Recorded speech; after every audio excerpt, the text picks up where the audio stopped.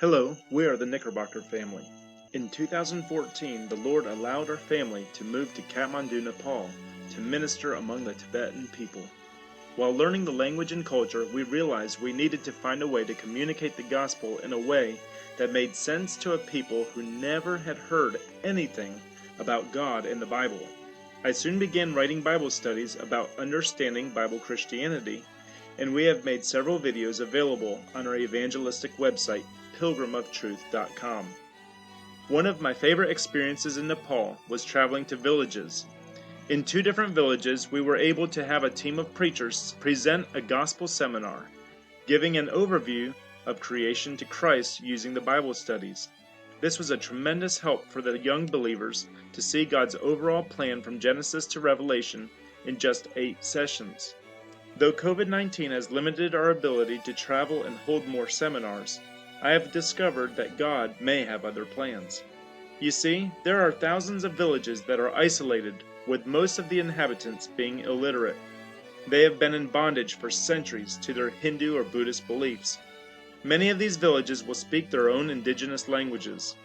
Most villages have few or no Christian believers.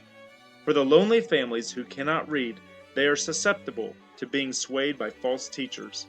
More than half the population of Nepal is illiterate, making them oral learners, but most can speak 3 or 4 languages. Now imagine being the only family in your village or town that is a Christian. How do you grow if you are both isolated and illiterate? A couple years ago, I took a motorbike trip with my friend Bean high into the Himalayas to Manang. It took us 15 hours one way. Then we trekked several hours to the highest lake in the world, which is Talicho Lake. One village we stayed overnight in was Manang. It is like a stone fortress surrounded by yaks and rocky peaks. There we met this lone Christian family. They served us some delicious fresh yak meat that they cooked up for us over the fire. This poor family had to leave their home in another district because of their Christian faith.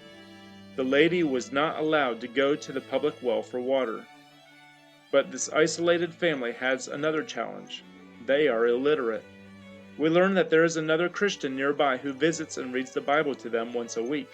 Through circumstances that only God could facilitate, we're able to send up an audio Bible powered by solar technology for this family, along with another book of lessons for their friend to teach them.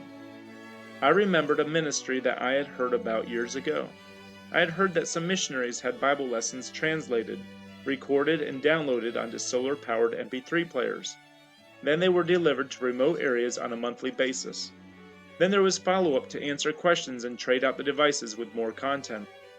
God has given us fellow laborers who have recording equipment on the ground in Nepal, others who can translate and record, and then others who can deliver the devices. We simply need to buy these MP3s, take them to Nepal, and download the material. Although Nepal is currently on a strict lockdown due to a COVID spike, we are still moving forward on the ground from across the world. Currently, my new book is being translated.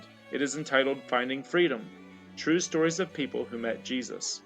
Another brother is presently recording other content that is on our website and posting it onto YouTube.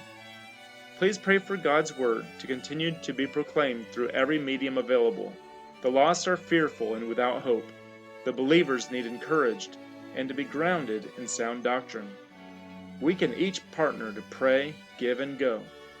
Learn more about how you can participate in this exciting ministry at my new website, lukeknickerbocker.com.